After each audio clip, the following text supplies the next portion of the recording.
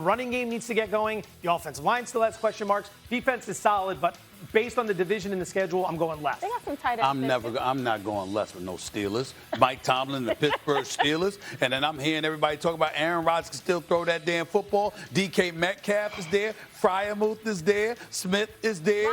Warren is there. I don't want to hit it. How do I get out of this studio?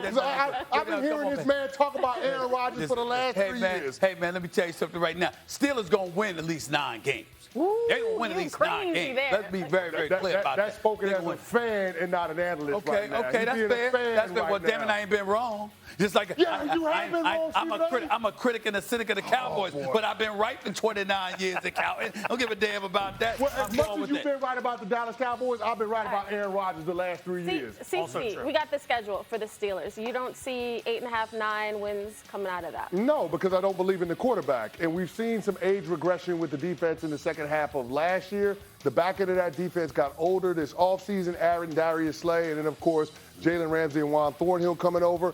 I don't believe in how they're planning on trying to win football games. The offensive line has a ton of questions. I'm not sure how much balance they're going to have on that side of the ball. It feels like it's the DK Metcalf show and not much else in the way of difference makers, playmakers on that side of the ball. Blasphemy. But it's okay, though. I was like, if you got to listen, when it comes to Aaron Rodgers and Joe Burrow, we ain't going to get nothing nice from this brother. We understand that. We get it. It's okay. But we'll see. They going to win 9 games. Okay. Steelers ain't going to win them less than 9 games. Yesterday I was on the show. I told Cece that the Steelers could be the sleeper. That's right.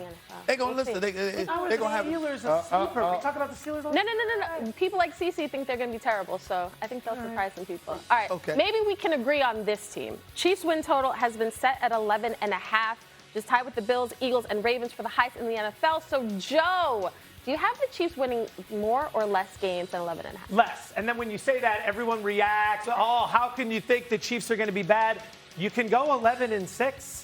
And we still go under this number. They went 11-6 2 years ago and they won the Super Bowl. It's a big number to get to 12, and there's a lot of regression indicators out there. 17 straight wins in one-score games. Blocking field goals against the Broncos. Bengals having the stupid penalty at the end of the game. Likely just out of bounds with the toes. You're not going to run hot like that forever. Offensive line still has question marks. Schedule's extremely tough. I could go on and on, but I'm going to leave it for you guys. They're going under 11.5. Well, Chiefs fans get so upset when you say that. You can still go 10-7. Well, but first things first. Expect Chris Canty to complain about Patrick Mahomes' socks, his jersey, or something. He's going to have something to say about a quarterback. Make no mistake about it. Something negative. But with that being said, I would say this to you. I don't see Patrick Mahomes losing more than 5 games this regular season. Not after that ass kicking in the Super Bowl. I think there's some vulnerability that'll show itself in key matches, particularly come playoff time. But I still see them winning about 12 games. Well, I can't believe I'm in a position where I'm about to actually agree with Stephen A. Smith. But I'm with him, though. I mean, you pointed out what happened in 2023. They went on to win the Super Bowl that year, but it just so happens to be the only season since Patrick Mahomes has been the full-time starter where they didn't have 12 or more wins. You're talking about from 2018 to now, 76 regular season wins. Yeah. There's no way they're going under 11.5 season wins. They have been to the Super Bowl for the last 5 years. Their bodies are breaking down. Wow. Okay, very quickly, going to go around. Do you guys know that? 1 second. Do you guys think the Chiefs will win their 10th straight division title, yes or no? I would bet on it. I would bet no, but if I just am taking it straight up. Oh, quickly. Okay. No, they don't. I would say yes. Even though Denver can't be ignored, I would still say yes. Chargers as well are going to be right there. No, we got to see. All right, guys. Okay, we got to leave it there. Stephen A., I'm getting to your stuff. You did a one-on-one with Jerry Jones at the Star yesterday. You guys do not want to miss Jerry's latest comments on a standoff with his star, Micah Parsons. And Jackson Dart balled out yet again for the Giants last night. Meanwhile, fellow rookie Shedeur Sanders will be back on the field this weekend. So which of these 2 QBs will start more games this season? Not room for a third. This will be a good one. Ooh, this will be a good one. All right, Stephen A., what did you think when Jerry said this to you? Well, on one hand, it made no sense when he was talking about, the mom and dad element, because you're giving the impression he's trying to circumvent you in order to get a deal done. Like he's trying to go around you. No, he's not trying to go around you. He's trying to come right to you. So that's not true. That's number one. But I think that number two, it's like again, he's holding on. He's holding on to old ways. It's like, I brought it up several times. I said, Jerry, you know, you're approaching 83 years of age. You and I sat here last year, and I asked you, you know, why do you think your organization is so successful in terms of the monetary value attached to it, your business acumen, marketing, et cetera, et cetera? You talk to me about how you stay young. You surround yourself with young people and young minds, and you adjust because you recognize the world changes and it evolves us, and you have to adjust, et cetera. Where's that dude?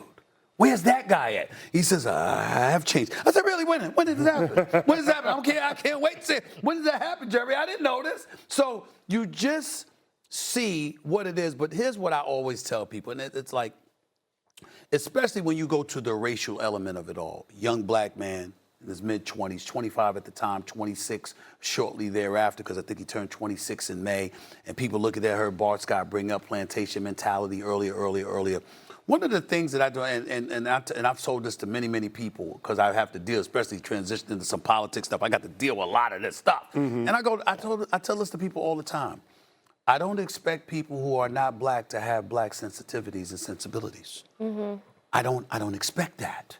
And I also don't expect older folks to have the sensibilities that they should have with younger folks. You do have people that are rigid, are hardcore, but most importantly, look at the way things have changed and evolved over time and say, damn, I yearn for the good old days. What were those good old days remains to be seen, and that's an open and far more expansive subject than we're going to get into today. But in the end, when you look at a dude, you're approaching 83 years of age, you're a billionaire, you own the team, you cut these checks, not just cash them, and you believe that you have a situation with a dude where you're like, I'm making you the highest paid non-quarterback in the league. This is what I offered you. We had this discussion. You know where I stand. How dare you try to force feed me into a different situation?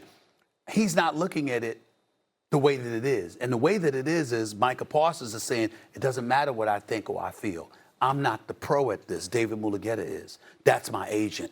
I need you to talk to him. I don't give a damn. He doesn't realize Micah Parsons might not give a damn if Jerry Jones comes to the same if Jerry Jones comes to the same conclusion now than he did months ago, as long as his agent okays it. Yeah. Because without his agent, he's not comfortable. And I can relate to that because it doesn't matter. Listen, there are legal issues you deal with. I don't give a damn what I think, what my lawyers say. No doubt. When it comes to accounting, I got the IRS to deal with. I don't give a damn what I think. I know what my CPA say. Because that's their level of expertise, Jerry, period. That's not how he's looking at it. That's the problem. Jerry kind of seems in this, how dare he? How he should be, not No, that's exactly how it is. Yeah. You're right. It don't seem that way. It is that way. So what do you, as a former player, what's your take from that lengthy conversation that Stephen had? Yeah, there's an era of placism in the commentary that Jerry is making. And here's the thing, billionaires trying to strong-arm employees, that's nothing novel in this country. Right. Nothing. Okay, but the part that is so egregious, as far as I'm concerned, is that you have the owner of the team impugning the character of the best player on the team. And it happens to be an industry where the employee, the player, is the product. Jerry is suggesting that Micah is going back on his word when it comes to the negotiation.